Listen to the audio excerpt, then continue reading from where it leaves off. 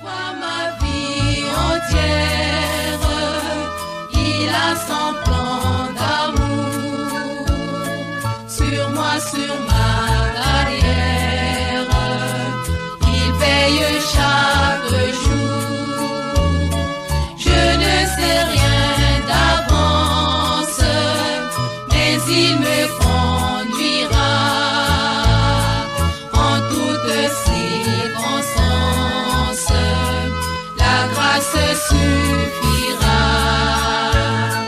Heureux tout privilège, ma vie est dans sa main. Pourquoi m'inquiéterais-je encore du lendemain? Extraordinaire et plénipotentiaire de la République du Congo en Italie. Monsieur le ministre conseiller représentant son Excellence, l'ambassadeur extraordinaire et plénipotentiaire de la République du Congo en France, Excellences, mes seigneurs, révérend Père, chers amis de l'Église du Congo, mesdames, messieurs, mes frères et mes sœurs, devant vous, je suis votre frère, le ministre Wabali Mariotti. Soyez les bienvenus. Merci. Merci d'être là cet après-midi du dimanche 3 mai 2026, un dimanche, jour du Seigneur, jour consacré aux offices religieux dans cette belle salle parisienne. Belle coïncidence avec la symbolique qu'elle porte. Nous sommes ici pour accomplir un acte de foi à la fois simple et noble. Un acte qui consiste à rendre hommage à un évêque, Monseigneur Éveille-toi, au travers d'un ouvrage. Un livre, à titre à symbole, Monseigneur Éveille-toi, père fondateur du diocèse de Ouesso, analyse et témoignage de l'héritage d'un pasteur visionnaire. Premier évêque du diocèse de Sangalikola dans le nord de la République du Congo, Monseigneur Éveille-toi a servi de 1983 à 2006. 23 ans. Puis, il s'est retiré. Le temps passe, les témoins directs de l'apostolat de Monseigneur Éveille-toi vieillissent, les archives jaunissent. Il était donc temps d'écrire pour que les générations qui n'ont pas connu Monseigneur Éveille-toi sachent sur quelle épaule elles se tiennent. Une église sans mémoire est une église sans racines. Ainsi, messieurs, les abbés Lys Mokoko et Chanel Motondo ont y réfléchi et pris la décision d'écrire un livre sur Monseigneur Éveille-toi et son itinéraire d'homme d'église. Un livre qui capte notre attention pour 4 motifs qui se complètent, expliquant par un devoir de mémoire son intérêt de par son caractère à la fois religieux, humanitaire et culturel. Un livre qui, par ailleurs, retrace le parcours de Monseigneur Éveille-toi, qui a fait de la foi un levier de l'espérance et de la transmission.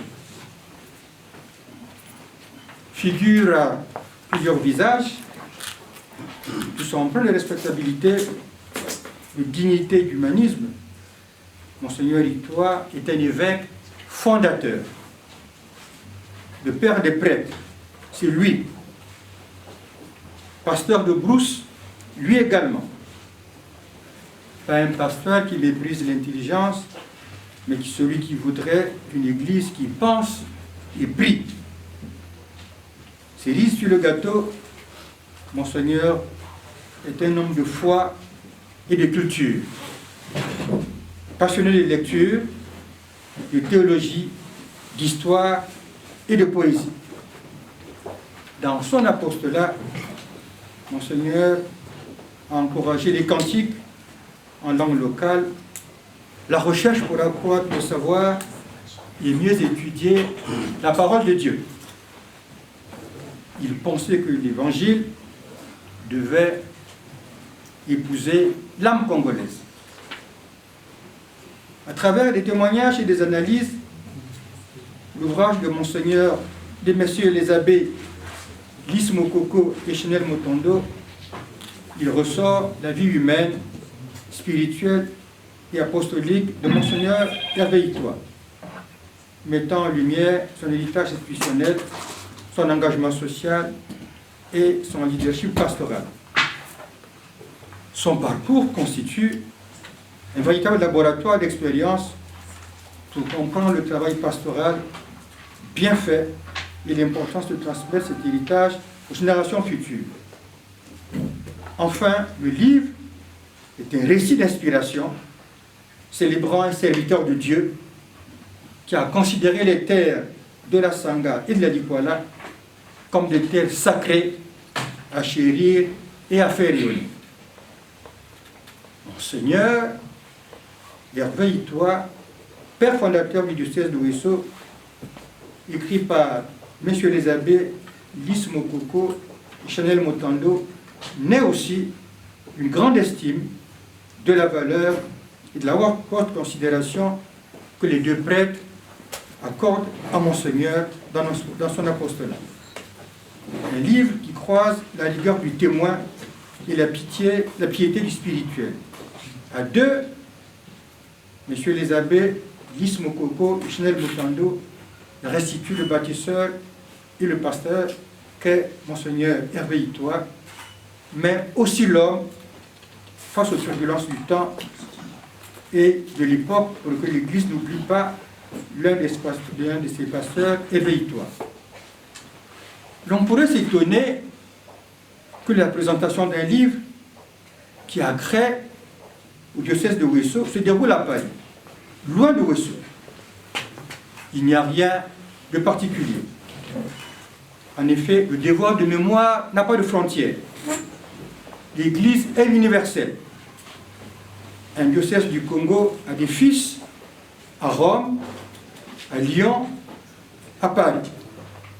Certains d'entre nous ici, dont moi, ont connu Ouesso et son diocèse. D'autres ont servi ce diocèse, y ont des attaches. Monseigneur Itoa lui-même est venu en France, aussi bien pour se former que pour des liens entre l'Église de France et celle du Congo. Présenter ce livre à Paris, c'est dire que le diocèse de Ouesso n'est pas seul.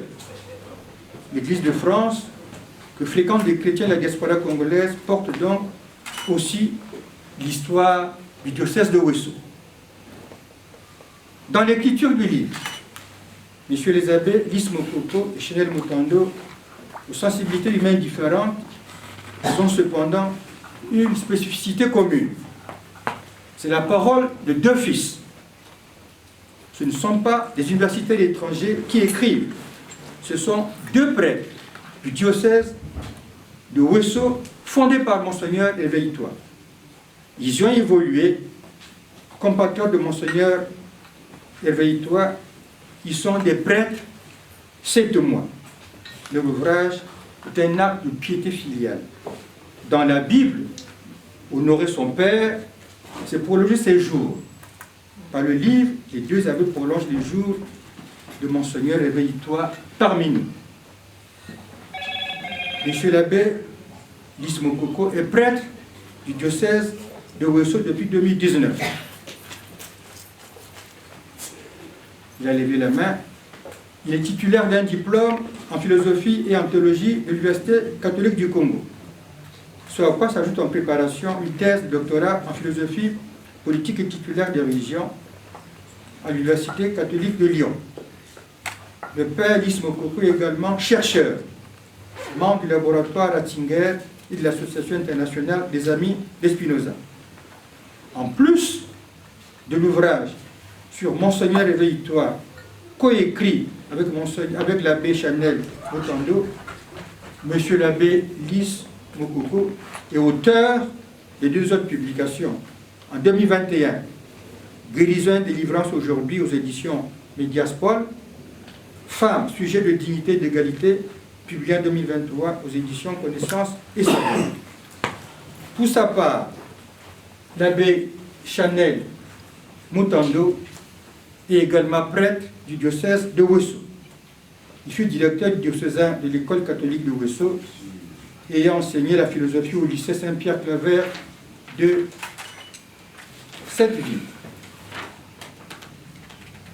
Il a fait la recherche en sciences de l'éducation à l'Institut catholique de Paris. Il a décroché un master en sciences de l'éducation de Sorbonne.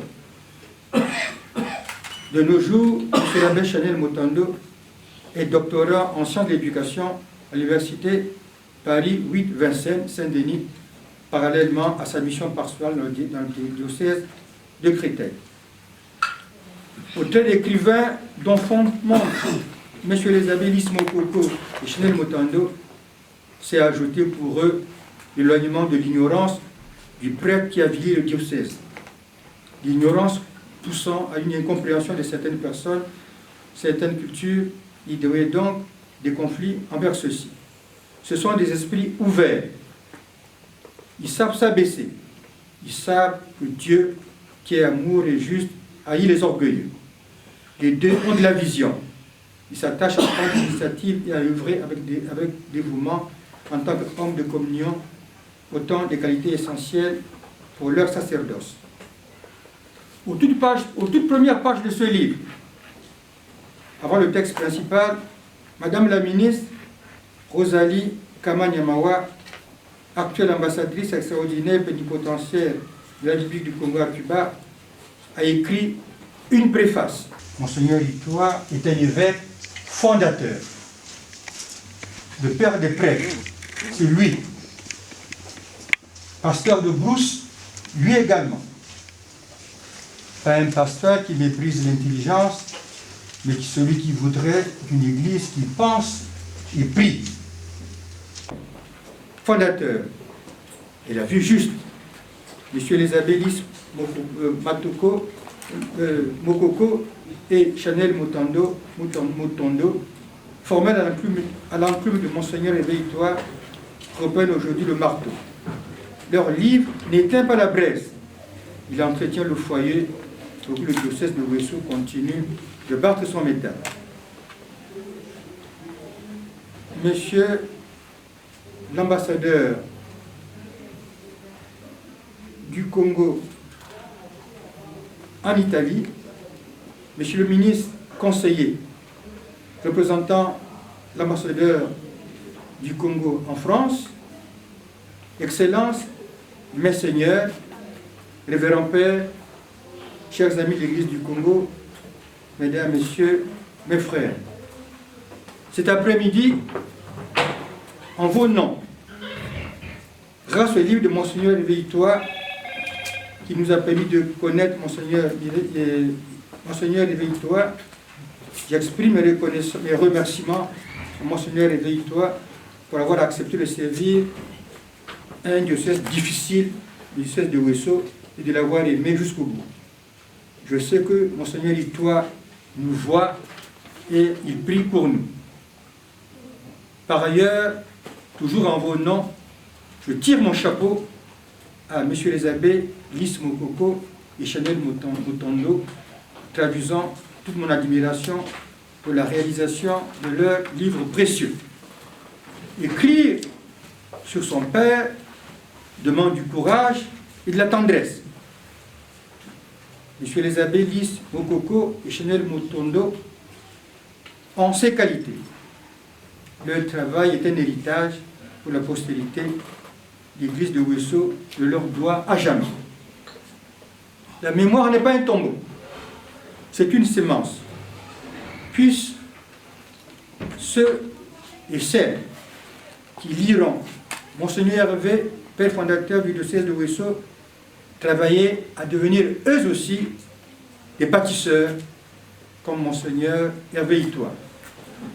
Cela à Paris, à Ouesso, sur un espace territorial du Congo, par extension, partout dans le monde où le Seigneur nous envoie. D'ici là, voici le programme, cet après-midi. Les deux abbés vont décliner chacun son tour la démarche du livre. S'en suivront des prises de parole. D'abord celle du ministre conseiller, représentant l'ambassadeur extraordinaire et plénipotentiaire de la République du Congo en France, puis les témoignages des abbés Suez Samba et de Thierry Dorel. Ensuite, Monseigneur Jean Gardin et M. Paul Benga. Viendra le moment des échanges entre vous et les abbés Lys Mokoko et Chanel Motondo, auteurs du livre Ici. L'instant qui s'ensuivra sera l'instant symbolique de l'ouvrage qui sera remis de manière solennelle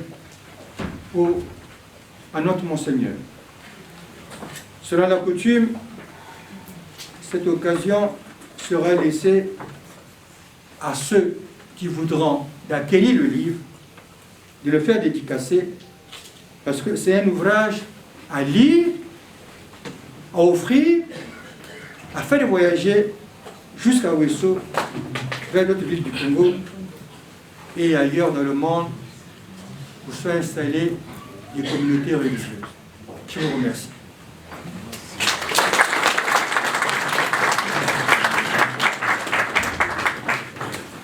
Mes seigneurs, révérends pères, mesdames et messieurs, chers frères et sœurs, nous sommes heureux de partager ce moment avec vous à l'occasion de la cérémonie de remise du livre consacré à Monseigneur Hervé Itoa. Votre présence nombreuse et chaleureuse est un signe fort. Elle manifeste l'intérêt, l'estime et l'attachement que nous portons ensemble à l'héritage d'un pasteur qui a marqué son Église et son temps. Vous honorez non seulement Monseigneur Hervé Itoa, mais vous contribuez surtout à faire vivre et à transmettre les valeurs qu'il a incarnées, la foi, le service et le dévouement. Excellences, mesdames et messieurs, certains silences s'expriment avec plus de force que les mots. Certaines vies, bien après s'être épanouies, continuent de s'aimer, d'édifier et d'illuminer. La vie de Monseigneur Hervé Itoa est l'une de celles-là. Nous sommes réunis aujourd'hui non seulement pour lui remettre un livre, mais surtout de restituer ce qui lui revient. Ce livre n'est point le résultat de notre labeur. Il est avant tout le reflet de la vie et de l'œuvre de Monseigneur Hervé Itoa. Nous avons été, l'abbé Lys et moi-même, que des scribes émerveillés, cherchant à transcrire sur le papier ce que Monseigneur Hervé Itoa a inscrit dans la pierre vivante d'un diocèse, dans les cœurs d'un peuple et dans la mémoire de toute l'Église. Notre communication s'articule autour de deux interrogations. D'où est venue l'idée d'écrire ce livre? Qu'avons-nous découvert en l'écrivant? Cet ouvrage n'a pas vu le jour dans un bureau de travail, ni dans une bibliothèque savante, encore moins d'un projet académique. Il est issu d'un échange simple, fraternel, presque banal, comme il peut y avoir parfois entre deux confrères prêtres qui s'apprécient et réfléchissent ensemble à haute voix. Ainsi se faufilait l'idée d'écrire un livre sur Monseigneur Hervé. C'est ainsi qu'au mois d'août dernier, L'abbé Lys et moi parlions du diocèse de Ouesso, de son histoire, de sa situation présente et de ses défis. Nous procédions à une analyse à la manière dont nous le faisons entre nous, librement. À un certain moment, presque sans y réfléchir, je lui ai dit, Lys, que penses-tu d'écrire un livre sur Monseigneur Hervé? La question fut posée. Le lendemain, l'abbé Lys revient vers moi et me dit, c'est une bonne idée, nous pouvons nous lancer. C'est dans ce contexte-là qu'est née l'idée d'écrire ce livre. Ce livre est donc né d'une conversation, d'un refus de l'oubli et d'un acte de reconnaissance. Refuser l'oubli, c'est résister à l'effacement.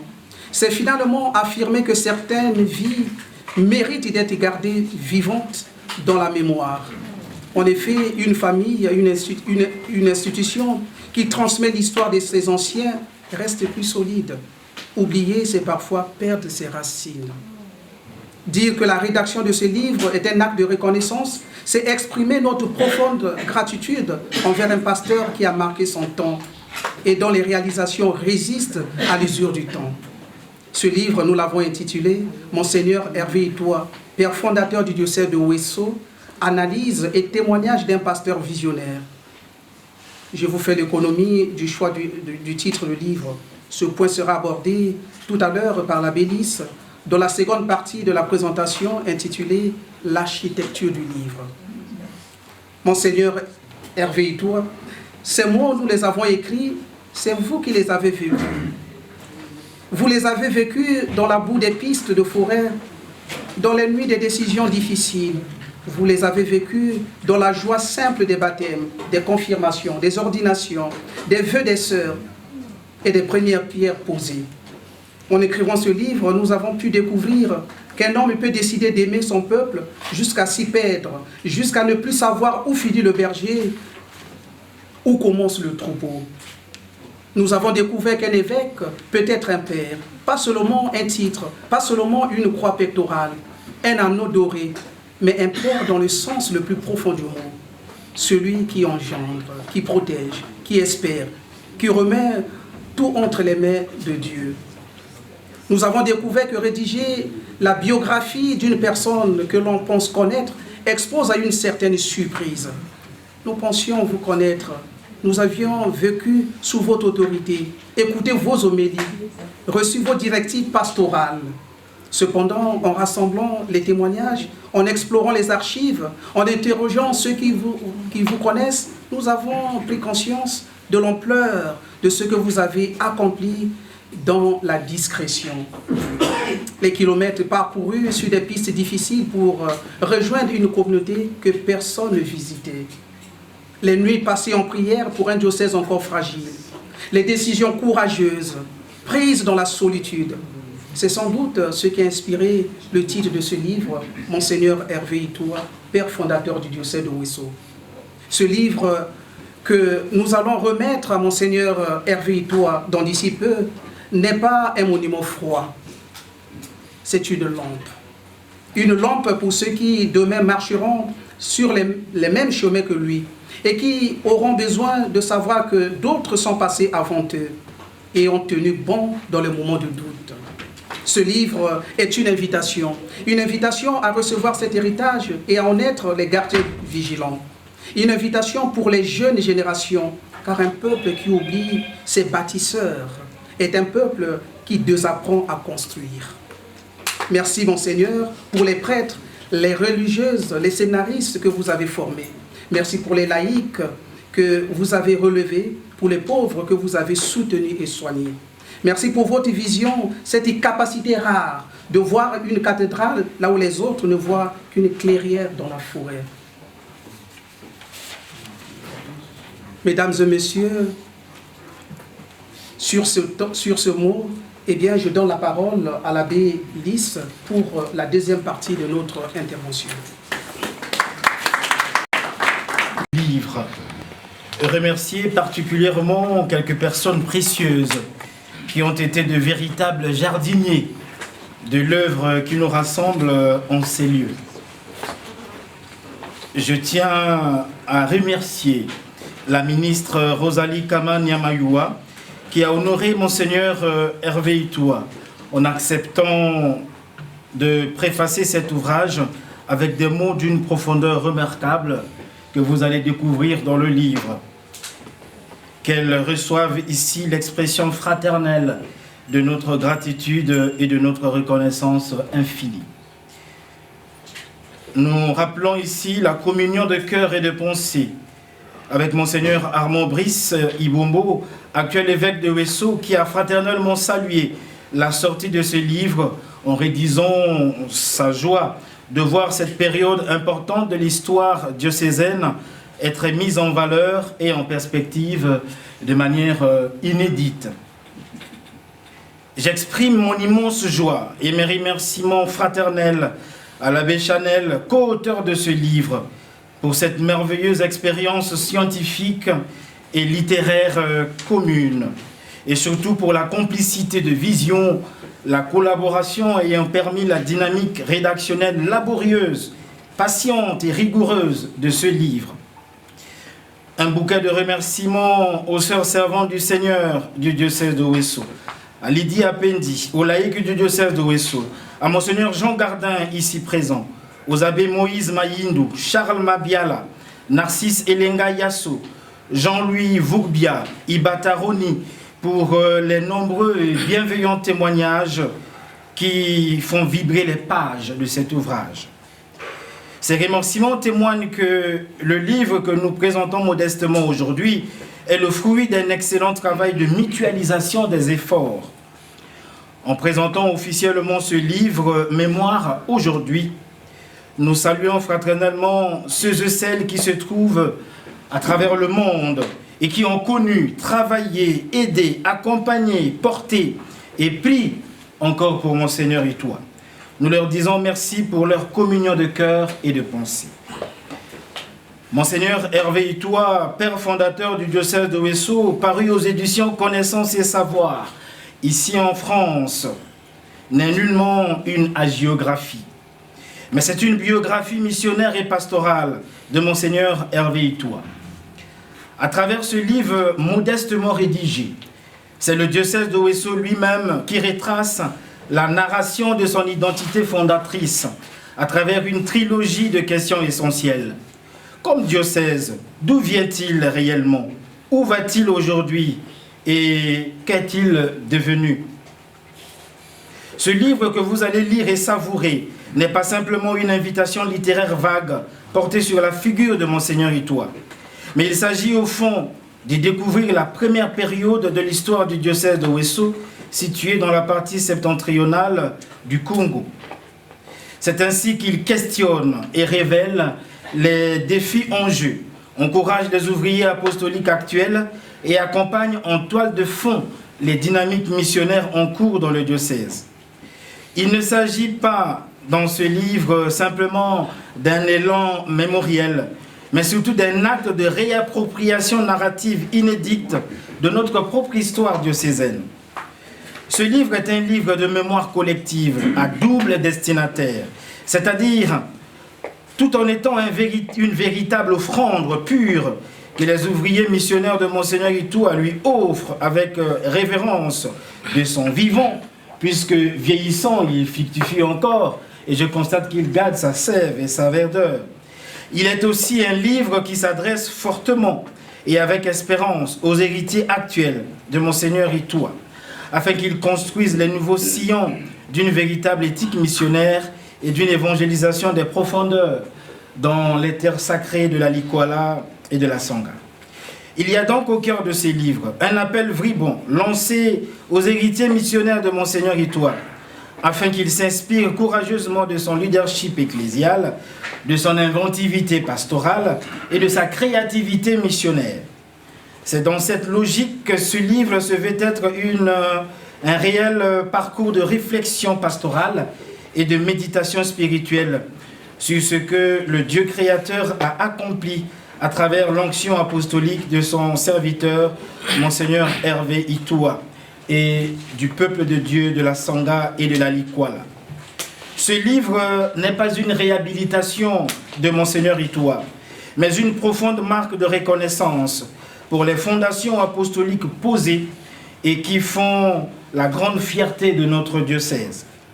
C'est ainsi qu'il tente de voir Monseigneur Itoie comme une richesse et un patrimoine diocésain vers lequel les nouvelles générations peuvent s'abreuver afin d'assumer l'héritage fondamental de cet homme et aller encore plus loin que lui. Une église locale qui n'honore pas ses fondateurs et ses fondatrices est une église sans âme, sans profondeur et sans saveur réelle. L'oubli de la mémoire conduit à l'inexistence collective. L'oubli de la mémoire est une inversion des valeurs fondamentales, une forme de mort collective. La restauration de la mémoire est le prix de notre salvation collective et gage de notre fécondité pastorale et spirituelle. C'est ainsi qu'avec la publication de ce livre, c'est le diocèse de Ouesso qui se souvient de son premier père évêque, car il n'y a pas d'avenir sans souvenir, et le souvenir est à l'homme ce que la sève est à l'arbre.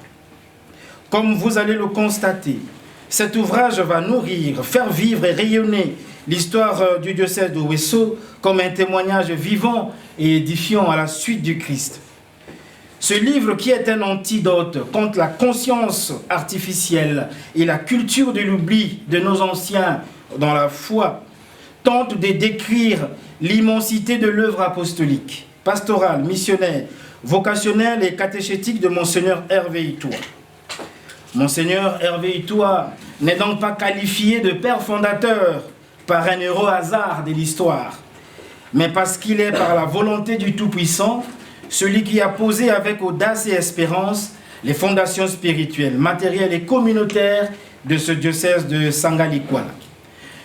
Ainsi, c'est juste un rappel, parler de Monseigneur Itoie, c'est entrer dans les méandres de la première période fondatrice du diocèse de Ouesso, créé en 1983 et qui reste durablement gravé dans les cœurs de chacun et chacune de nous, notamment les chrétiens et chrétiennes du diocèse de Ouesso. Parler de Monseigneur Itoie, c'est décrire 23 ans de vie missionnaire au service du peuple de Dieu de la Sangha et de la Likwala. Monseigneur Itoie, qui est devant nous, porte en lui modestement 23 ans d'histoire, notamment de 1983 à 2006. Et il a su marquer durablement la conscience collective chrétienne de l'Église du Congo et de la Sangha ainsi que de la Likwala, au-delà de ses faiblesses. Cet ouvrage contient de manière modeste, mais dense, un ensemble d'informations pastorales et de données historiques assez précises et concrètes sur la période fondatrice du diocèse de Sangalikuala. Ce livre, qui est un chemin de mémoire vivant et d'histoire missionnaire collective, est donc une invitation lancée à tous, afin de se laisser toucher de l'intérieur par l'héritage multisectoriel de Monseigneur Itoie, à ce qu'il a été pour le diocèse de Sangalikuala, à ce qu'il représente pour Dieu et l'Église du Congo. Cette œuvre est une immersion pour découvrir ce que Monseigneur Itoie, à sa manière, en fonction de son charisme, a pu offrir à l'Église du Congo et à l'Église d'Afrique. Dans le processus de rédaction de ce livre, nous avons utilisé la méthode d'entretien, de questionnement direct, de dialogue, de partage, de rencontres régulières et périodiques avec Monseigneur Itoie dans la ville parisienne. Cette méthode de travail a été un véritable outil conceptuel ayant permis de recueillir, d'élaborer, d'affiner, de décrire et d'interpréter l'expérience pastorale et apostolique de Monseigneur Itoie.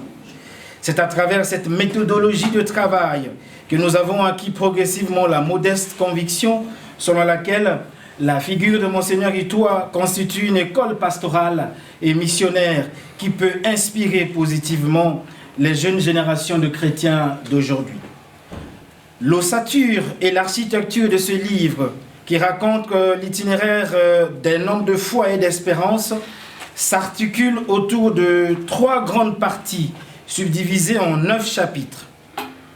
En ouvrant ce livre, vous remarquerez que la première partie, composée de 2 grands chapitres, permet de découvrir de manière inédite le cadre culturel de naissance, la vie familiale d'un enfant catholique de campagne à partir des années 1942, le cheminement vocationnel, la formation séminaristique, le ministère sacerdotal et la nomination de Monseigneur Hervé Itoa comme évêque de Sangalikuala par le pape Jean-Paul II, ainsi que tout le riche contexte historique et ecclésial de la création du diocèse de Sangalikuala en 1983.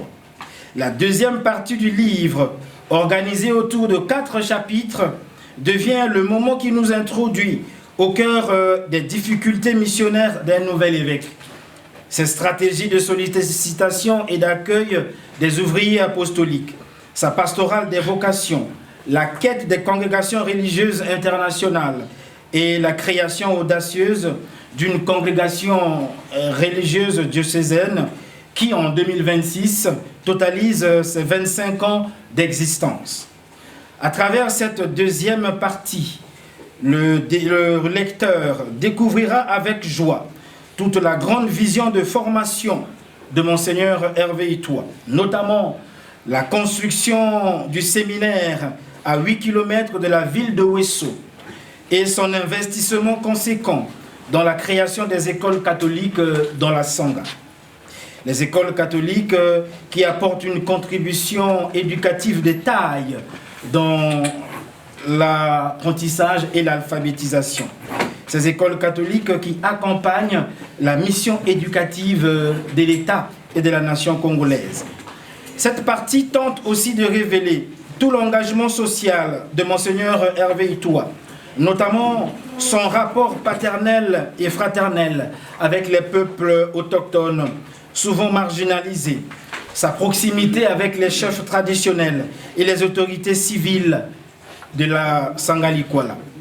Dans la troisième partie de ce livre, constitué de 3 chapitres, nous entrons dans un univers qui nous permet de saisir le style de gouvernance pastorale de Monseigneur Hervé Itoa, notamment ses efforts d'enraciner son église locale de Ouesso dans la foi au Christ, sa posture de père et frère de tous, celui qui savait accompagner, chérir, mais aussi blâmer, sa manière d'unir foi, tradition et modernité. Dans cette troisième partie, le livre fait un décryptage concret avec photos à l'appui de l'héritage spirituel et institutionnel laissé par Monseigneur Hervé Itoa, notamment toute l'histoire détaillée de la construction de la Radio Maria, station de Ouesso, qui est la première station de la Radio Maria en Afrique centrale, construite entre 2002 et 2006, ainsi que de la construction de l'évêché de Ouesso de 1986 à 1990, résidence de l'évêque, symbole d'unité diocésaine et de l'Église au cœur de la grande forêt équatoriale de la Sangha.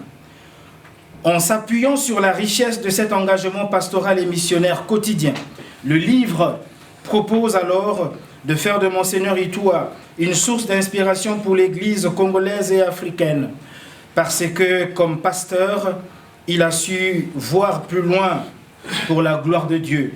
Il a su voir plus loin que ses propres obstacles. Il a su voir plus loin que son époque. Et il a su voir plus loin que sa modeste personne. Ainsi, Monseigneur, en vous remettant ce livre aujourd'hui, avec les chrétiens du diocèse de Ouesso qui sont en communion de cœur et de pensée avec nous, nous sommes heureux de vous rappeler que s'il y a bien un héritage que vous avez laissé, c'est une conscience missionnaire, le goût de la pastorale et une profonde conscience d'appartenance diocésaine. Vous nous avez appris à aimer notre diocèse. Que ce modeste ouvrage soit dans les mains de chacun et chacune de nous, dans les mains des chrétiens et chrétiennes du diocèse de Ouesso et de la Likuala, un bréviaire de la mission évangélisatrice et de la pastorale de proximité dans une époque et dans des départements encore assoiffés de Dieu et de vrais repères. Je vous remercie.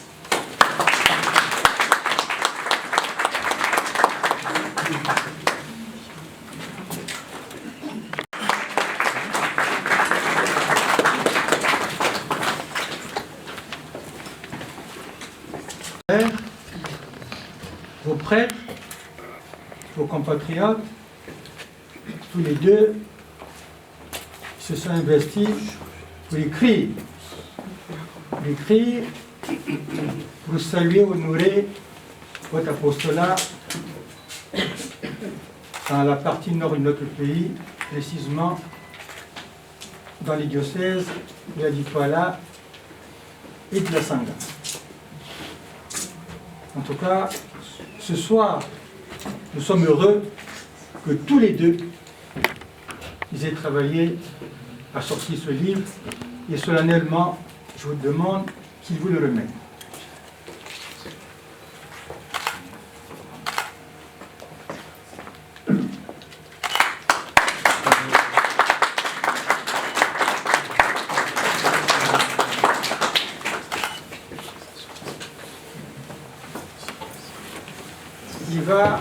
Monseigneur s'en suivra l'échange entre vous en posant des questions. Nous allons suivre avec attention. Monseigneur Hervé.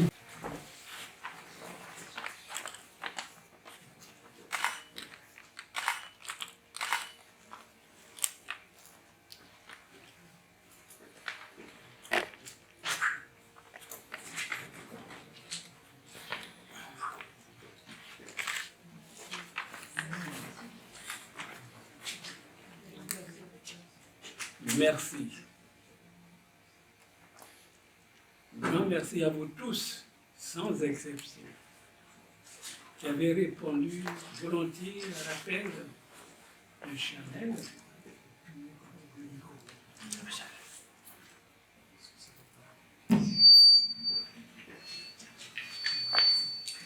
Merci. Grand merci à vous tous, sans exception, qui avez répondu volontiers à l'appel de Chanel et de Nice. Abandonnons ainsi vos responsabilités pour me manifester votre sympathie, votre reconnaissance pour ce que j'ai réalisé durant ma mission pastorale. Merci beaucoup. Nous avons suivi avec émotion et admiration l'itinéraire de l'initiative de l'hommage à Monseigneur Hervé, père fondateur du diocèse de Ouesso. Je vous invite tous à remercier avec moi ces deux jeunes prêtres étudiants en sciences et l'éducation et en philosophie politique, et à soutenir, à accompagner tous nos jeunes prêtres, qu'ils soient du nord, du sud, de l'est et de l'ouest. Que ce précédent ne soit pas un facteur d'orgueil ni de division, mais d'unité et de service pour l'Église et la nation de notre pays, le Congo. Merci Chanel, merci Lys. Votre recherche sur Monseigneur Étoile n'est pas terminée. Il y a aussi le diocèse d'Ifondo. Mais de nos efforts avec Jean Gardin, Monseigneur Jean Gardin, ici présent. Quand vous aurez terminé, vous aurez bouclé la boucle du diocèse des deux régions, Sangha et Dipala, qui restent liés par leur histoire commune. Que le Seigneur en soit loué, lui qui m'a tant aimé et choisi avant ma naissance, bien petit et faible que je serai. En voulant vulgariser mon passé et mes œuvres, cher révérend Père Chanel et Lys, vous avez écrit mon nom en règle d'or. Et vous tous ici présents, autour de moi, vous confirmez à coup sûr leurs efforts. À vous tous, je rends grâce et profite de cette occasion pour demander pardon à tous ceux que j'ai pu blesser de mon passage et remercier tous ceux qui m'ont soutenu et accompagné, comme jeune prêtre à Gaboba, à Saint-Pédis de Makwa, à Wesso et à Ifondo. Je remercie l'archidiocèse de Paris de m'avoir accueilli. Comme vous le savez, ici, dans le foyer des prêtres de Notre-Dame de Travail, grâce à vos efforts à tous,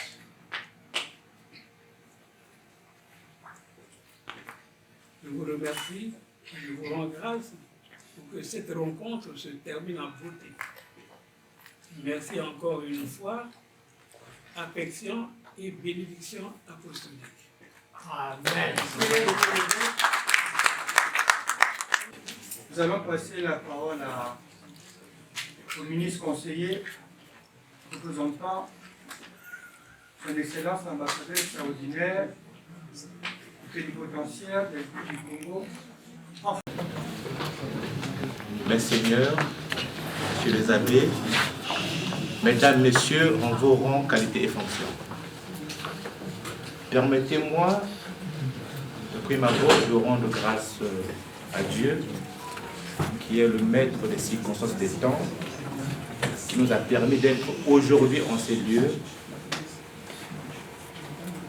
pour venir assister à la cérémonie de présentation et de remise officielle du livre écrit par messieurs les abbés. Aussi,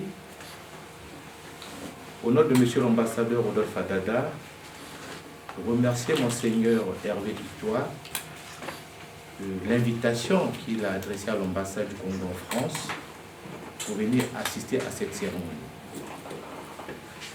Cela ayant été dit, je voudrais féliciter messieurs les abbés pour le travail scientifique que vous avez élaboré.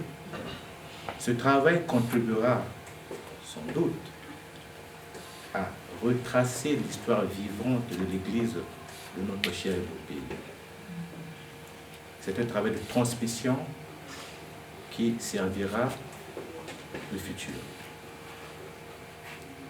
Aussi, je voudrais inviter l'auditoire à se procurer ce livre, parce que souvent il est dit que quand on veut cacher quelque chose de précieux, on le cache dans le livre. Donc je nous invite à se procurer ce livre, à découvrir ce qui est caché dans ce livre-là, parce que messieurs les abbés ont essayé de décrire ce qu'il y a dans le livre, mais sans parler en profondeur. Donc, en lisant ce livre-là, nous allons découvrir le message qui est caché. C'est un héritage profond qui servira à nos générations futures, qui retrace l'histoire vivante de notre Église. Et félicitations encore pour avoir rendu hommage à Monseigneur Hervé Victoire de son vivant. Il ne me reste plus qu'à vous remercier de votre présence massive et vous inviter à vous acquérir le livre. Je vous remercie de votre collaboration. Monsieur Hervé Victoire, Monseigneur, je vous remets le mot de circonstance que j'ai écrit sur la cérémonie pour que vous sachiez que nous sommes de cœur avec le diocèse de Wesso. Mesdames et messieurs, distingués invités en vos rangs, grades et qualités, d'emblée, j'aimerais remercier les auteurs de m'avoir associé à cette présentation, notamment à la Bélis, avec qui nous partageons une amitié intellectuelle depuis plus de 15 ans. J'ai eu la primeur de lire le manuscrit et de contribuer à ma manière, jusqu'à proposer justement la photo de couverture. Donc je suis honoré de prendre la parole dans cette circonstance. Il m'avait été demandé de faire un témoignage, mais donc de témoignage sur Monseigneur Hervé, je ne peux pas en faire. Je vais plutôt tirer une leçon pour l'Église et pour la nation par rapport au contenu du livre que vous avez écrit. Alors j'ai intitulé ma communication de tout à l'heure comme suit. Mémoire et héritage, une exigence pour l'Église du Congo et pour la société congolaise. Il y a une très belle affirmation dans le livre que vous découvrirez. Les auteurs disent « Raconter la mémoire de notre évêque émérite, c'est créer et faire créer un narratif missionnaire encore inexistant jusqu'ici pour ouvrir un chemin de mémoire et de fraternité. » Évidemment, c'est la 4e fois que je participe à un projet de mémoire sur une figure, mais c'est le premier projet qui voit le jour. Donc c'est vraiment inédit comme vous l'avez dit, et c'est un chemin de mémoire.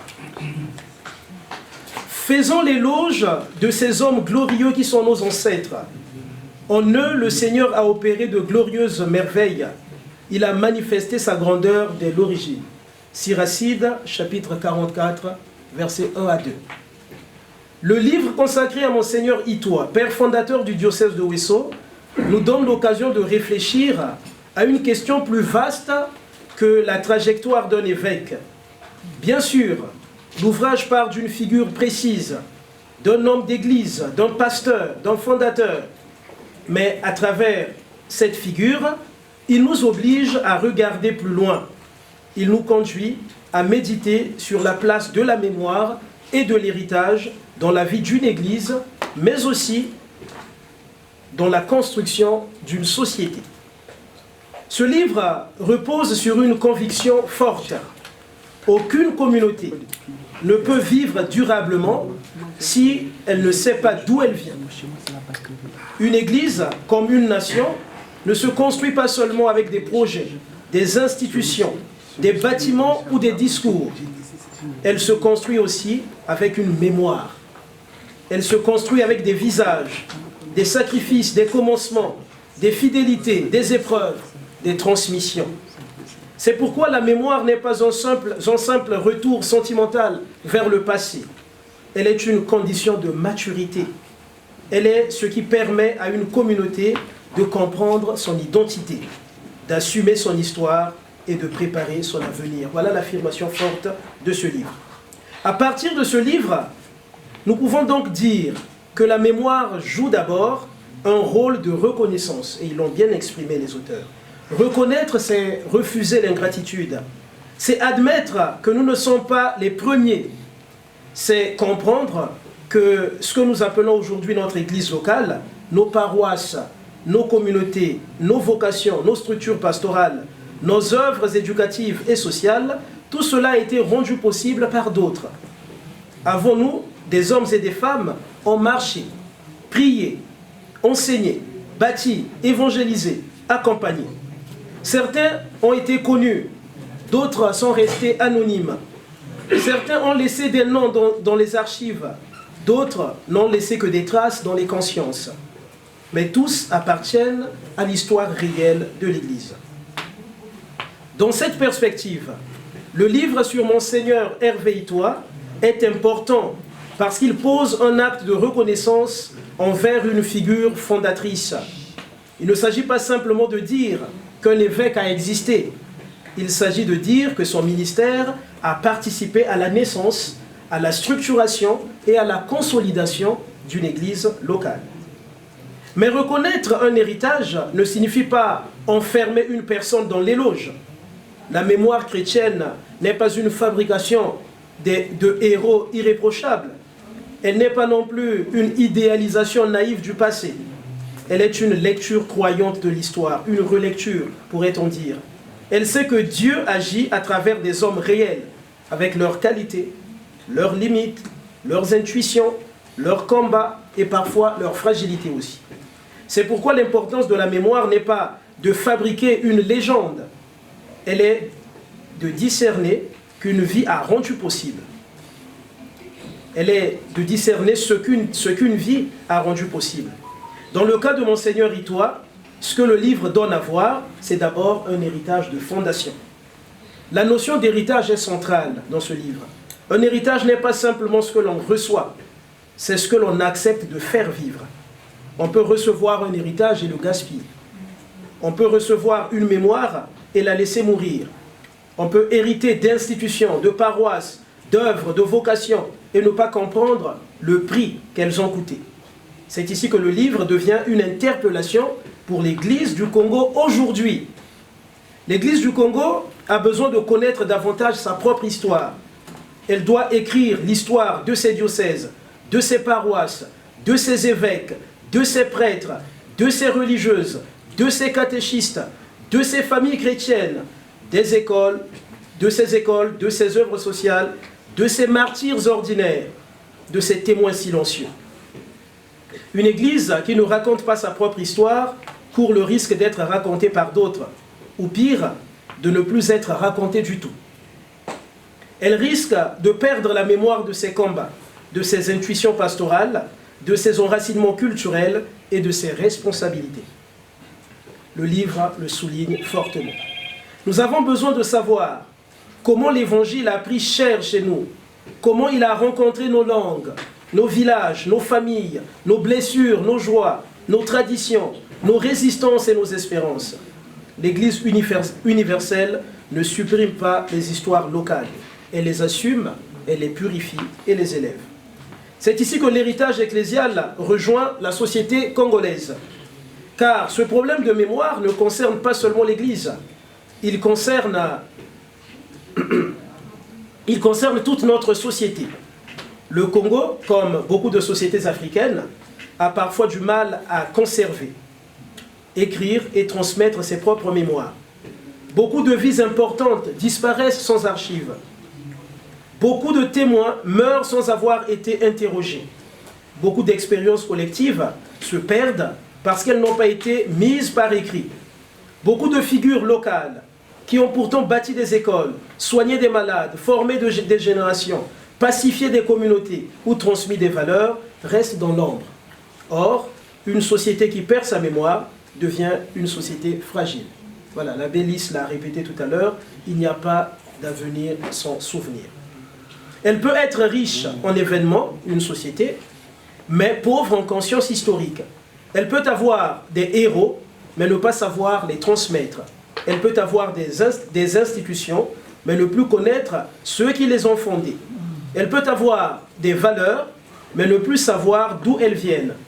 La mémoire est donc un enjeu de civilisation. Elle permet à un peuple de se reconnaître, de se respecter et de se projeter. Et c'est quelque chose que notre grand professeur Théophile Obenga répète tout le temps. À ce titre, le livre sur Monseigneur Hervé Itoa est aussi un acte culturel. Il ne parle pas seulement de l'Église, il participe à la sauvegarde d'une mémoire congolaise. Il rappelle l'importance de la famille, du village, de l'école missionnaire, des langues, des rites, de la formation, des traditions, de l'éducation et de la transmission. Le parcours de Monseigneur Itoa est enraciné dans une culture, dans une terre, dans une histoire locale. Ce n'est pas une vocation abstraite, c'est une vocation née quelque part dans un peuple précis, dans une époque précise, avec des médiations concrètes. Cette dimension est essentielle pour la société congolaise parce qu'elle nous rappelle que l'avenir ne se construit pas par déracinement. On ne devient pas moderne en méprisant ses racines. Et Monseigneur l'a écrit dans son livre sur la tradition, les traditions. On ne devient pas universel en oubliant sa terre. Au contraire, plus une société connaît ses sources, plus elle peut dialoguer avec le monde sans se perdre. Plus une église connaît son histoire locale, plus elle peut participer à la catholicité de manière vivante et originale. L'héritage de Monseigneur Itoa nous invite également à réfléchir sur la responsabilité des générations. Chaque génération reçoit quelque chose qu'elle n'a pas entièrement produit. Elle reçoit une foi, une langue, des institutions, une terre, des valeurs, des blessures aussi, parfois des conflits non résolus avant. Mais elle ne peut pas se contenter de recevoir. Elle doit interpréter, elle doit purifier, elle doit approfondir et transmettre. L'héritage n'est donc pas une propriété privée, il est une mission. Pour l'Église du Congo, cela signifie que la mémoire des fondateurs doit devenir un levier pastoral. Elle doit aider à former les jeunes prêtres, les séminaristes, les catéchistes, les laïcs engagés. Elle doit nourrir une spiritualité de gratitude et de service. Elle doit rappeler que l'Église ne se construit pas dans la recherche des honneurs, mais dans la disponibilité, le sacrifice, la proximité avec les peuples et l'attention aux plus fragiles. Elle doit aussi encourager la formation intellectuelle. Le livre le suggère vivement. Pour la société congolaise, cette même mémoire doit devenir une école civique. Nous avons besoin d'une culture de la reconnaissance. Chez nous, généralement, on célèbre les gens à titre posthume. Bon, ça change, ça commence à changer. On a vu la célébration du professeur Théophile Obenga, c'est une très bonne chose. Et aujourd'hui, on a la célébration de Monseigneur Hervé Ito. Donc, ça commence à changer. Voilà. Voilà, donc je disais que pour la société congolaise, cette même mémoire doit devenir une école civique. Nous avons besoin d'une culture de la reconnaissance. Reconnaissance envers les anciens, envers les éducateurs, envers les bâtisseurs, envers les femmes et les hommes qui ont servi sans toujours être célébrés. Une société qui ne sait pas reconnaître finit par décourager le service. Elle pousse chacun à chercher seulement sa visibilité immédiate. À l'inverse, une société reconnaissance apprend à dire ce que nous sommes aujourd'hui, nous le devons aussi à ceux qui ont travaillé avant nous. Il faut donc sortir d'une culture de l'oubli. L'oubli n'est jamais neutre. Il peut être une forme d'injustice. Oublier les bâtisseurs, c'est parfois profiter de leur œuvre sans reconnaître leur sacrifice. Oublier les fondateurs, c'est habiter une maison sans jamais nommer ceux qui l'ont construite. Oublier les anciens, c'est priver les jeunes de repères. C'est pourquoi la mémoire est aussi une exigence morale. Mais la mémoire ne doit pas devenir immobilisme. Honorer l'héritage ne signifie pas répéter le passé à l'identique. Il ne s'agit pas de dire « tout était mieux avant ». Il s'agit plutôt de demander « qu'est-ce que le passé nous confie pour mieux agir aujourd'hui ?» Qu'est-ce que l'exemple de Monseigneur Itoa peut inspirer dans un Congo confronté à de nouveaux défis?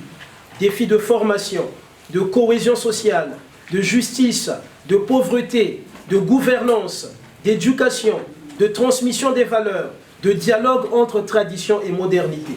C'est là que le livre devient très actuel. Il ne nous enferme pas dans le souvenir, il nous oblige à la responsabilité. Il nous dit que la mémoire n'est féconde que lorsqu'elle devient engagement.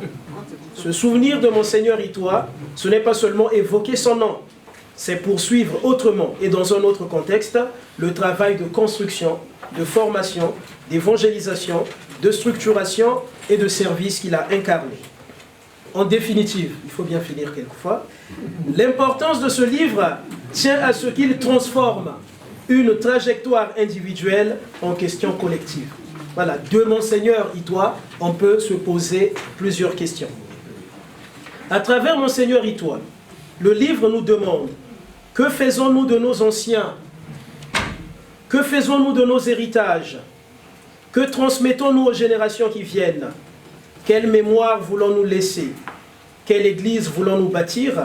Quelle société voulons-nous devenir? Pour l'église du Congo, la réponse passe par une mémoire croyante, humble et reconnaissante. Pour la société congolaise, elle passe par une mémoire historique, culturelle et civique. Dans les deux cas, il s'agit de refuser l'amnésie. Il s'agit de comprendre que l'avenir ne naît pas du vide. Il naît d'une fidélité créatrice qui a été reçue. Ainsi, à partir de ce livre, nous pouvons affirmer une chose simple. La mémoire n'est pas le passé qui pèse sur nous, elle est la racine qui nous porte. L'héritage n'est pas une charge morte, il est une responsabilité vivante. Et si nous savons accueillir cette mémoire avec intelligence, gratitude et courage, alors elle pourra devenir pour l'Église du Congo et pour la société congolaise une force de reconstruction, de transmission et d'espérance. Je vous remercie.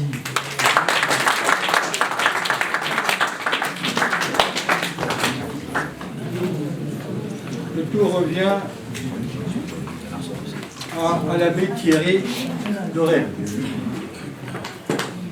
Catéchèse aux autorités religieuses et politiques, distingués invités, au nom de Monseigneur Hervé Itoa, évêque émérite du diocèse de Ouesso, ici présent, au nom des abbés Lys Mokoko et Chanel Motondo, auteurs de cet ouvrage, j'aimerais traduire ma gratitude de m'avoir inclus dans ce projet de la remise officielle de ce livre qui expose l'interstice de l'œuvre de Dieu accomplie par son Excellence, Monseigneur Hervé Itoa.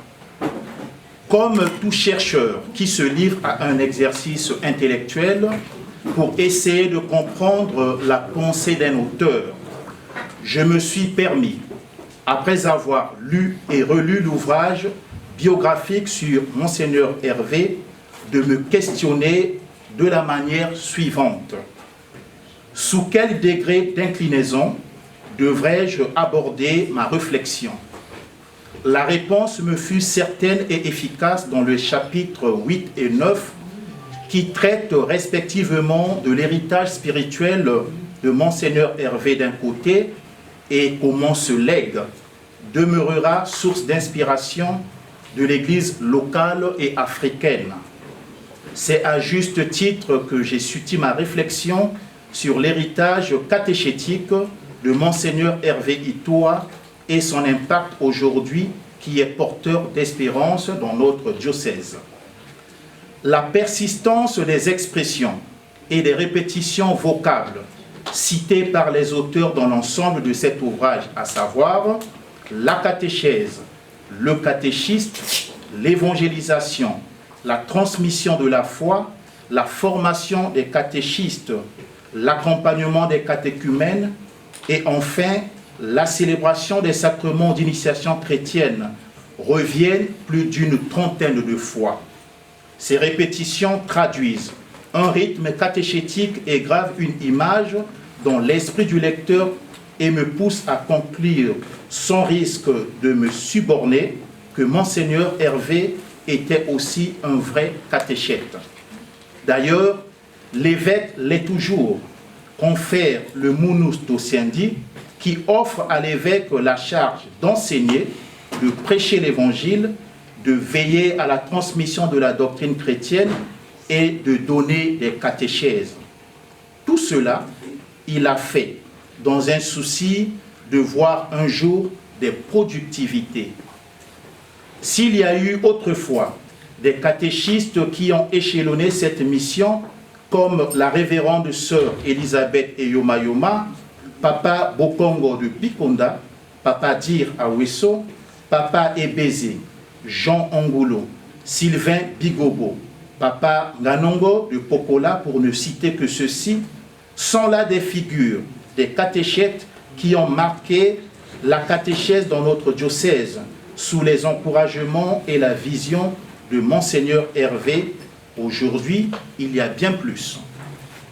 Monseigneur, c'est avec un grand plaisir et respect que je peux vous rassurer que cet héritage a fait son chemin. Aujourd'hui, les catéchètes sont nombreux, femmes, hommes, jeunes et anciens, qui ont compris la nécessité de continuer cette mission et d'être au service de la catéchèse d'éveil à la foi, de la catéchèse scolaire, de l'aumônerie et du catéchuménat. Ceci témoigne d'une pastorale bien tracée dans la foi, le résultat des graines sémées dans la douleur, dans la confiance et la résilience. Chers invités, l'évêque que nous honorons aujourd'hui a su faire de la catéchèse non pas un simple enseignement, mais un véritable chemin de rencontre. Visionnaire, il avait compris avant que transmettre la foi exige d'ouvrir des portes, de rejoindre les personnes là où elles sont et d'oser des chemins nouveaux. Sous son impulsion, la catéchèse est devenue un espace vivant aujourd'hui et missionnaire, profondément humain. Il a montré que l'évangile ne se répète pas, il se partage il se donne, il se vit. Et c'est ce souffle, ce courage, cette intuition prophétique qui marque durablement son ministère que nous saluons aujourd'hui. Rendre hommage à Monseigneur Hervé ici présent, c'est reconnaître la fécondité d'un pasteur audacieux. Sa vision de la catéchèse est un acte pastoral majeur, capable de transformer des vies et de renouveler des communautés. C'est une initiation à la joie de croire, un chemin d'amitié avec le Christ. Il a encouragé des langages adaptés, le cas des autochtones. Il a donné confiance aux catéchistes, valorisé leur mission. Il a porté une catéchèse qui parle au cœur autant qu'à l'intelligence, qui accueille les fragilités, qui ouvre des horizons. Sous son impulsion, la catéchèse est devenue un lieu de croissance, de dialogue, de conversion et d'espérance. Aujourd'hui, le diocèse de Ouesso a maintenant un noyau des catéchètes sur qui on peut compter.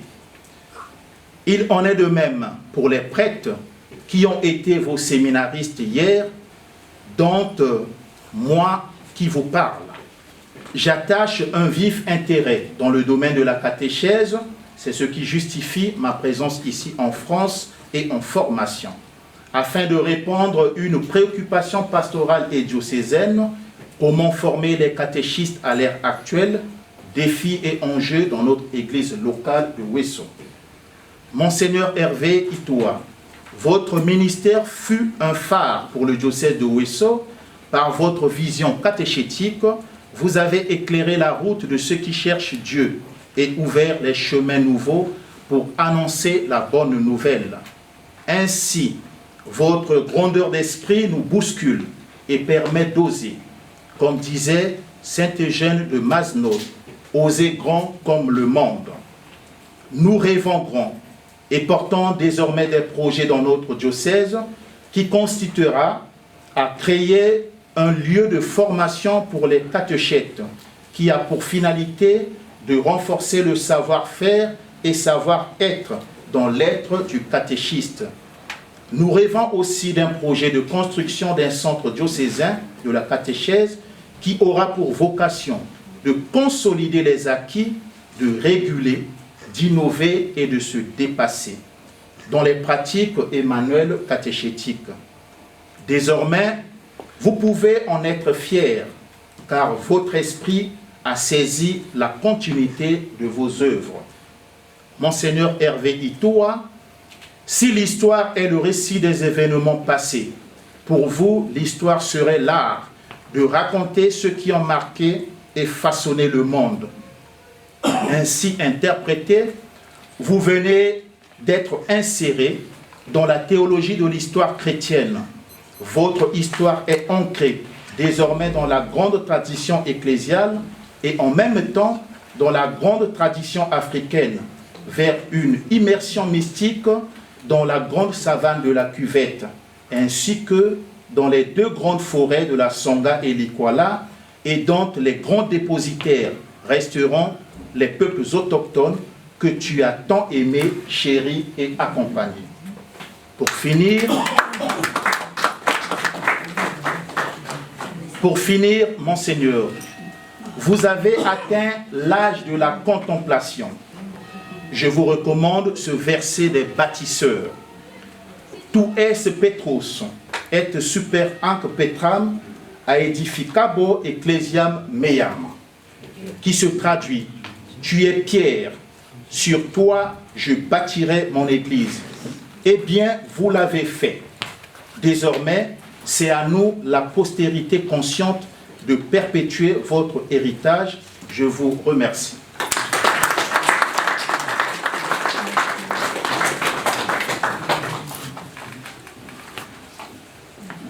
Bien, nous allons continuer la cérémonie. Monseigneur Jean Gardin, je donne la parole. Alors ce sera simple, je n'ai pas préparé de papier, alors simplement à son travail d'évêque de la Sangha Likwala. Nous sommes du même âge, je suis un petit peu son aîné, je crois, d'1 an. Je suis de 1941. Et on se connaît depuis 71. Je suis arrivé au Congo à 70, j'en suis reparti en 2020. Et en 71, on s'est rencontrés à Gamboba. Hervé nous a très bien reçus, on était fatigués de la route. Il nous a bien reçus, on s'est reposé avant de repartir plus loin. En 1983, on a créé le diocèse de Ouesso. À ce moment-là, moi, j'étais dans le diocèse d'Owando. Donc, entre parenthèses, avec Monseigneur Victor, nous avons été ordonnés le même jour, à Brazzaville, le 26 mars 2011. Nous sommes jumeaux. Alors, Péa, Koumou, voilà. Donc, en 83, donc j'étais dans le diocèse d'Owando depuis déjà plus de 10 ans, à Ivo. On m'a dit, tu peux opter, puisque j'étais à Mosaka, tu peux opter pour le nouveau diocèse ou rester dans le diocèse d'Owando. J'ai dit, je reste dans le diocèse d'Owando. Mais ce n'était pas le plan de Dieu. L'année suivante, le supérieur des spiritaires m'a dit, écoute, il y a le père Gérard Détombe, qui a été longtemps à Ouesso aussi, qui est à Imfondo, mais il est fatigué, il a dit qu'il va s'arrêter. Alors, je t'envoie à Imfondo. Si bien qu'en 84, j'étais déjà dans le diocèse de la Sangha-Likwala. Voilà. Avec Monseigneur Itoa, quand il est venu, parce que c'était pas simple, de Ouesso pour venir à Imfondo, il fallait passer par Brazzaville. Donc il fallait faire 1800 km pour en faire équivalent de 200 à travers la forêt, mais il n'y avait pas de passage. Donc j'ai dit à Monseigneur Itoa, écoute, si tu viens faire une visite à Imfondo, prends ton temps. Et je lui ai proposé de faire une tournée dans la Likwala, bien sûr, mais particulièrement dans les communautés qui étaient des communautés vivantes, sans voir le prêtre qu'une fois ou deux par an, de la rivière Likwala. Et nous sommes partis 1 mois. 1 mois sans retourner dans une paroisse constituée. De village en village, en logeant chez l'habitant. Monseigneur était un peu fatigué, je pense, mais il ne pensait pas à lui, il a pensé à moi. Au bout d'une quinzaine de jours, il a dit en arrivant dans un village le soir, puisqu'on restait toute la journée le lendemain, il dit « Ayez pitié du Père Jean, c'est moi, depuis 15 jours, il ne mange que du poisson. Alors, essayez demain de lui trouver un peu de cabri. » Voilà, ça c'est Monseigneur et toi. Bon, le reste, catéchèse, tout ça, oui, il était intéressé et il a encouragé, mais je ne suis pas trop témoin de tout ça. Maintenant, j'ai une deuxième petite chose, petite réflexion à faire, c'est envers les auteurs du livre. J'ai pas vu le livre, je peux voir la couverture, s'il vous plaît. Alors, voilà, la couverture correspond à ça. Non. Non, pas tout à fait. Heureusement, le livre est juste. Parce que là, c'est complètement faux, la carte qui est au mur. Elle est renversée. On la voit dans un miroir. L'Est est à l'Ouest, l'Ouest à l'Est, on n'y reconnaît pas. Donc, heureusement, ici, c'est juste. Voilà. Bon. Autre chose pour la mémoire, c'est bien d'avoir écrit des choses dans un livre qui va rester et qui est imprimé et édité ici, parce que moi je constate dans la Likwala, j'ai un prêtre que j'ai ordonné il y a quelques années, qui se trouve maintenant dans le diocèse de Reims, et il vient me poser des questions. Je dis, mais tout ça, c'est resté à Infondo. Les papiers sont là, les documents sont là, les lettres sont là. Ah bon? On va chercher très loin des choses qui sont sur place. Mais, je le dis à l'attention des abbés, hein, méfiez-vous des termites. Méfiez-vous des termites. Un jour, à l'Iranga, je prends une Bible, enfin une Bible en lingala, c'était un résumé de la Bible. Il était beau, cartonné. Je l'ouvre, et à l'intérieur, il n'y avait plus rien. Il y avait juste la bordure. Les termites avaient tout mangé. La mémoire passe par là, protection des documents écrits qui existent, mais qu'il faut conserver. Et c'est difficile de se battre contre les termites. Alors, ceux qui sont là, qui repartiront, faites cela.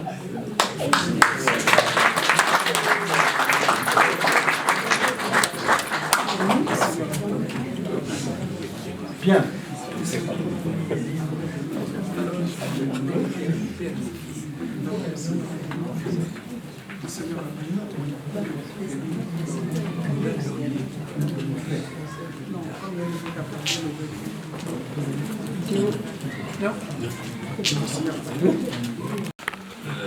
Sur l'œuvre de Monseigneur et toi, c'est très bien fait. Comme dit Monseigneur, il faudrait garder ce que l'on a écrit, faire en sorte que les plus jeunes, ceux qui viennent après nous, soient capables de retirer, de retrouver toutes ces richesses. Hein. On en parle ici, mais de très bonnes choses. Qu'est-ce que nous en ferons demain? Demain, c'est peut-être trop tard. Dès maintenant, il faudrait qu'on s'y mette. Donc, je dis merci aux jeunes qui ont écrit ce livre sur Monseigneur Victoire. En fait, vous nous invitez et vous invitez les plus jeunes à se mettre à l'œuvre. Pour l'œuvre de Monseigneur Victoire, que ceux qui viennent, les prêtres qui viennent, se disent, voilà un aîné qui a fait tel et tel travail, qu'est-ce que nous pouvons faire?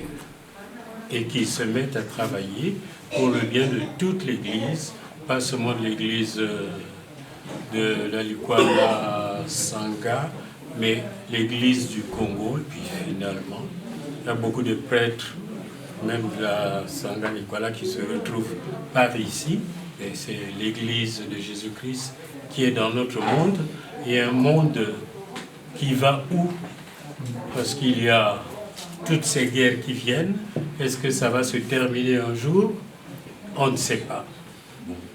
Je vous invite à prier pour les jeunes prêtres et à prier aussi pour notre Église. Voilà.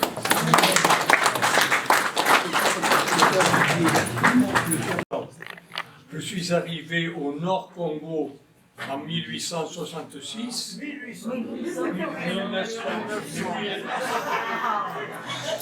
La mémoire dont vous avez parlé, dont le bouquin a parlé, commence à partir. Alors, je confonds 1866 et 1966.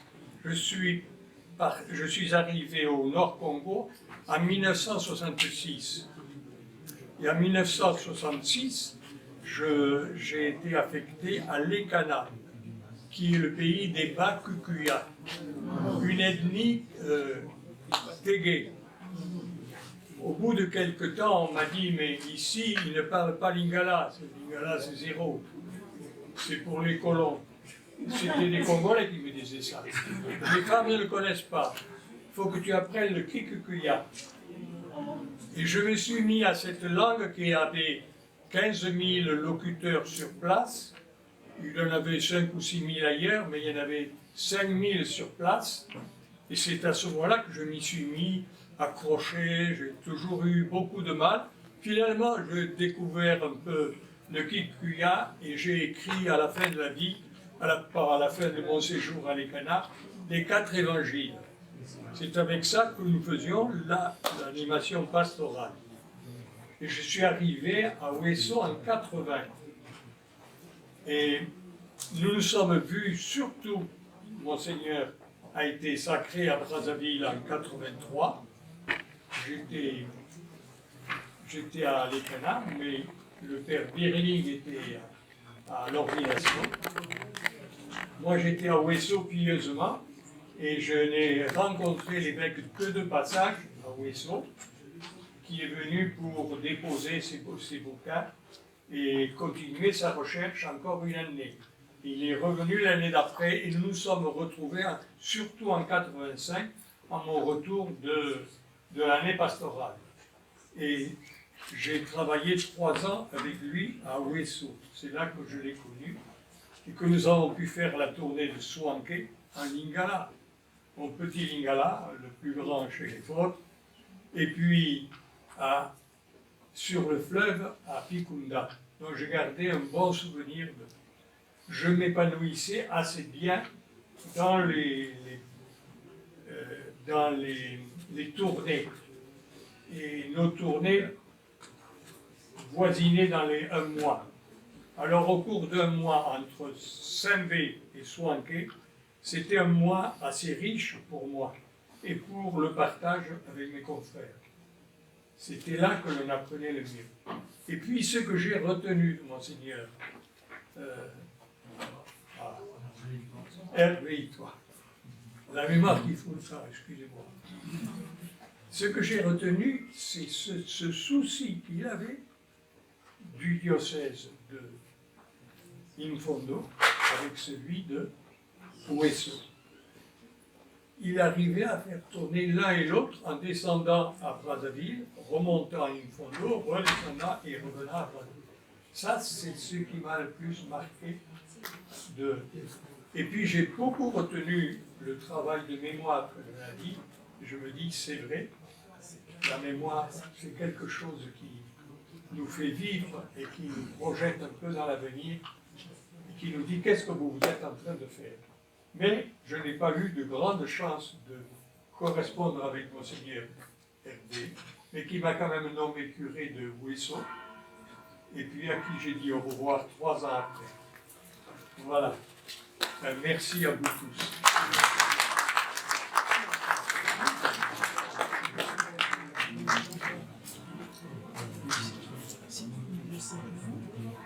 Bien.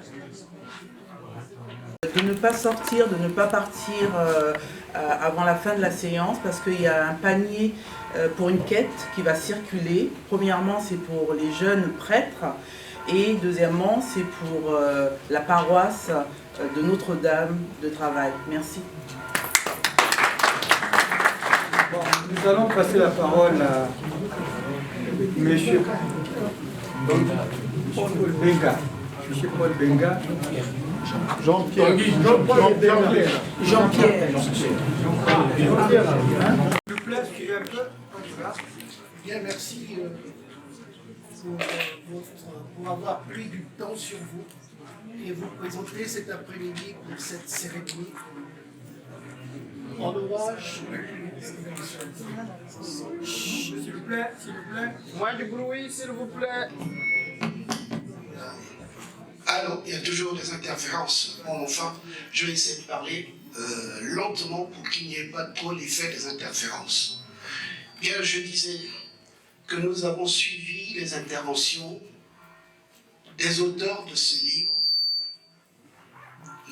une intervention de Monseigneur, et ce qui ressort, et ce que je souhaite que chacun de nous retienne, c'est que ces 2 abbés et Monseigneur Itoa Hervé ont montré le caractère universel de l'Église catholique romaine.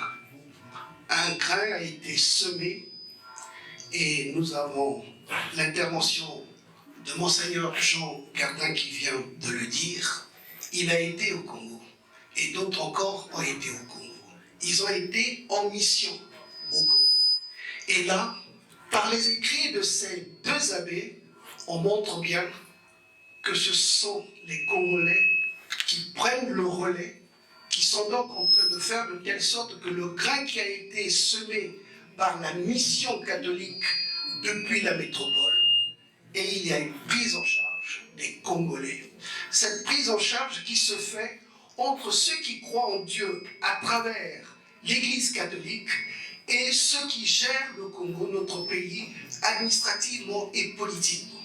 Vous voyez bien que ces deux forces conjuguées, en tout cas, on peut entreprendre les choses. Et Monseigneur Hervé l'a fait, Monseigneur Ito Hervé l'a fait, les autres évêques l'ont fait, et là, alors, je me tourne vers l'archevêque Victor Abaya, qui, là, malheureusement, je vais essayer de faire apparaître un caractère un peu de tribu, parce que l'archevêque Victor Abaya, c'est le second abbé de la tribu Makwa, juste à la suite de Monseigneur Hervé Ito. Donc vous voyez bien que, malheureusement, on est obligé de le dire, dans cette tribu Makwa, nous avons eu deux éléments qui sont en train de faire de telle sorte que le grain qui a été semé par la mission catholique de l'Église catholique romaine, ces deux enfants de la tribu Makwa sont en train de construire, sont en train de développer la croyance en Dieu à travers l'Église catholique. J'en ai terminé. Merci. Bien, nous allons faire à la fin de la cérémonie. Nous appelons M. Jean-Pierre Benga pour le mot.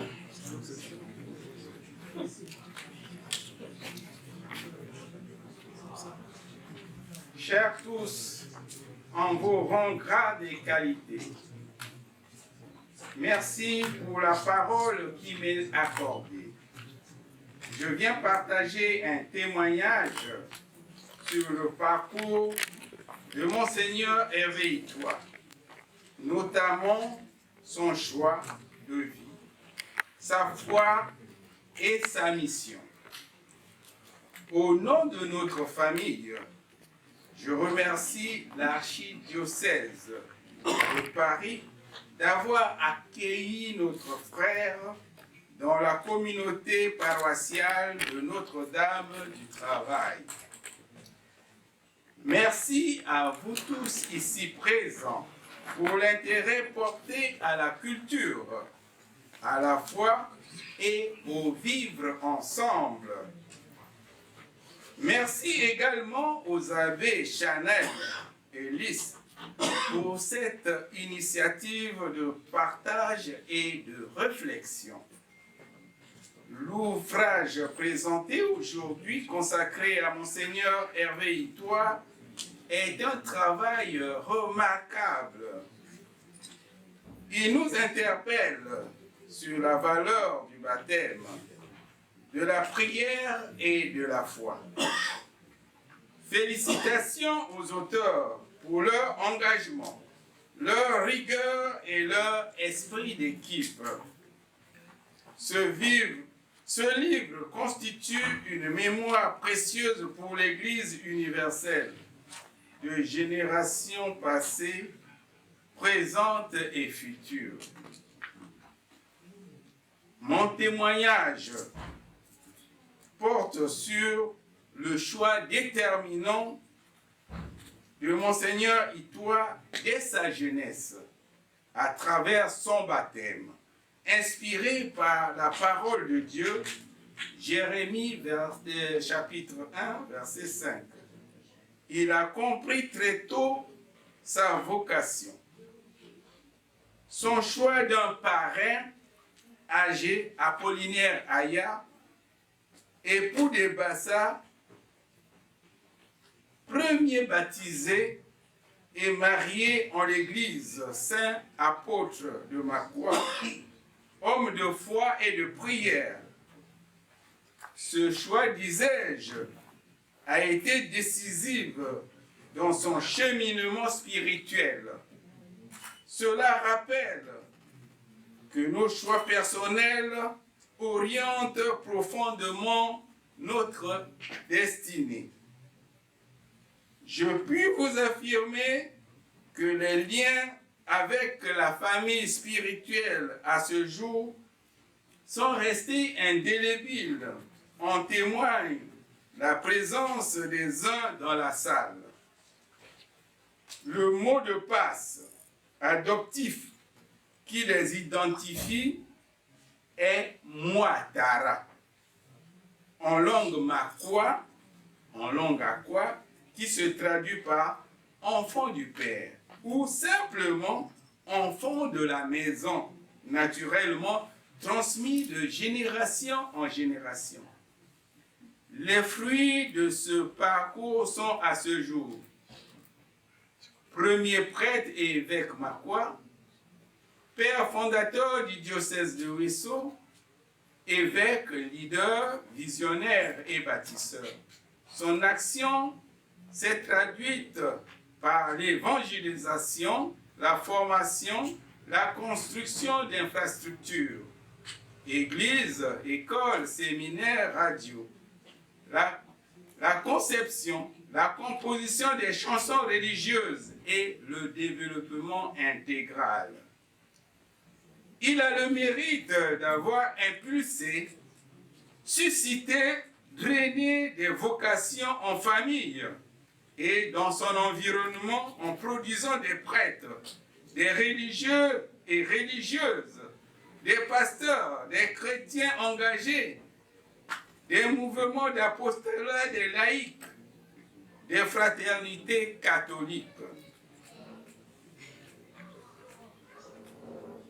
Nous ne pouvons que vous féliciter et vous remercier pour ce que vous avez pu faire. Cet ouvrage en est le témoignage vivant. Il reflète les valeurs qu'il a transmises: foi, discipline, exigence et engagement. Même à la retraite, il continue de fonctionner, d'écrire des livres, près de 5 ouvrages publiés. Il rêve même d'un projet de construction d'une université catholique à Makwa qui demande votre soutien et votre collaboration pour sa mise en œuvre. Chers pères évêques et chers abbés, que le Christ continue de vous inspirer et de vous accompagner dans cette haute et noble mission. Vous n'êtes que des instruments que le Seigneur utilise pour magnifier sa gloire.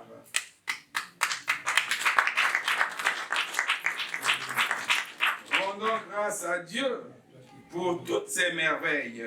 Je vous remercie de votre aimable attention.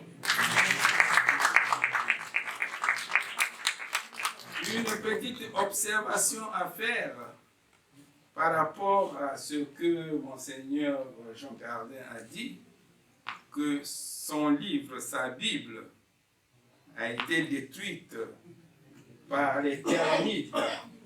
Est-ce que ce n'est pas une interpellation aux abbés qu'il faut aller vers aussi le numérique? J'en ai terminé.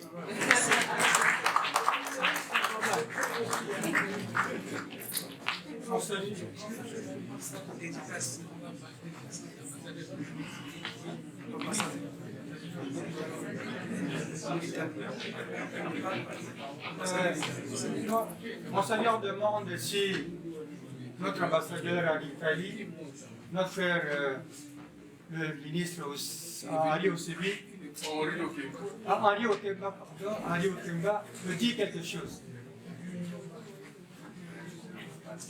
Merci beaucoup pour cette occasion que vous nous donnez de dire quelque chose. Mais comme vous savez, je suis ici pour participer à un événement. Seigneur, comme il n'a aucun pouvoir, le nom de l'État congolais, c'est plutôt le ministre conseiller qui en a les compétences et il a fait comme il faut. Enfin, pour terminer, je prends mon plaisir à beaucoup écrire. Beaucoup écrire. Si vous n'y voyez pas d'inconvénient, je ferai une tribune sur la cérémonie de ce soir. Si vous n'y voyez pas d'inconvénient. Merci beaucoup.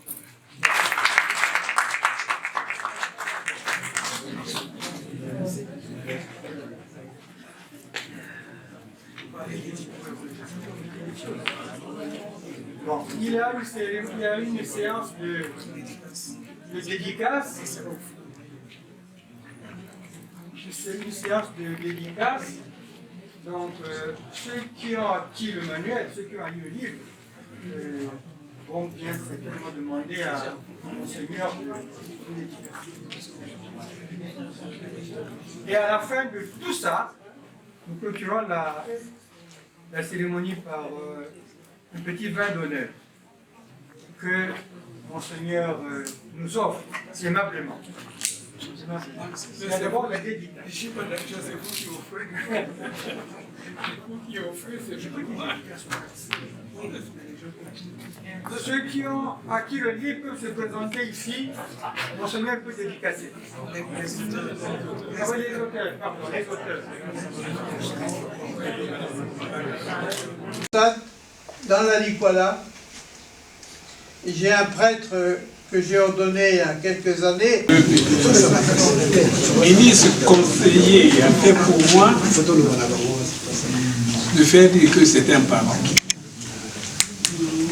Le ministre conseiller, lui-même il a oublié, quand je lui ai rappelé hier, je lui ai dit, bon, je ne sais pas. Je lui ai rappelé. Donc il reste un parent.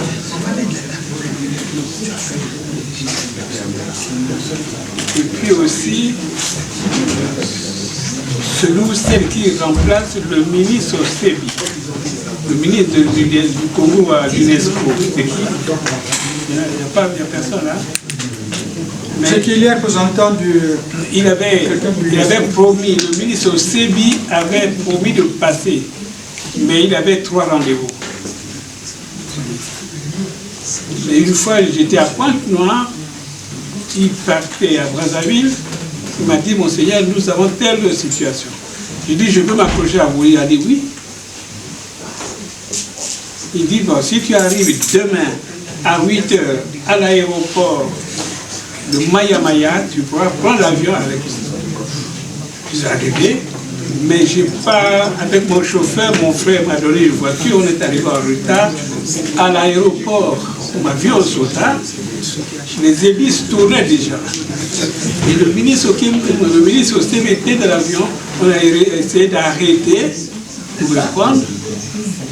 Et les pilotes ont dit non, c'est pas possible. Vous voyez un peu mes relations avec les hommes politiques, avec les hommes d'église, avec vous tous, au-delà de toute imagination. Vous voyez là ce que j'ai construit, vous dites bon c'est toi à construire, mais c'est avec le rapport. Il y a tellement de relations. Vous voyez, par exemple, il a dit j'ai un projet d'université. Est-ce que j'ai de l'argent? Je n'ai pas d'argent. J'ai dit mon argent est dans vos poches.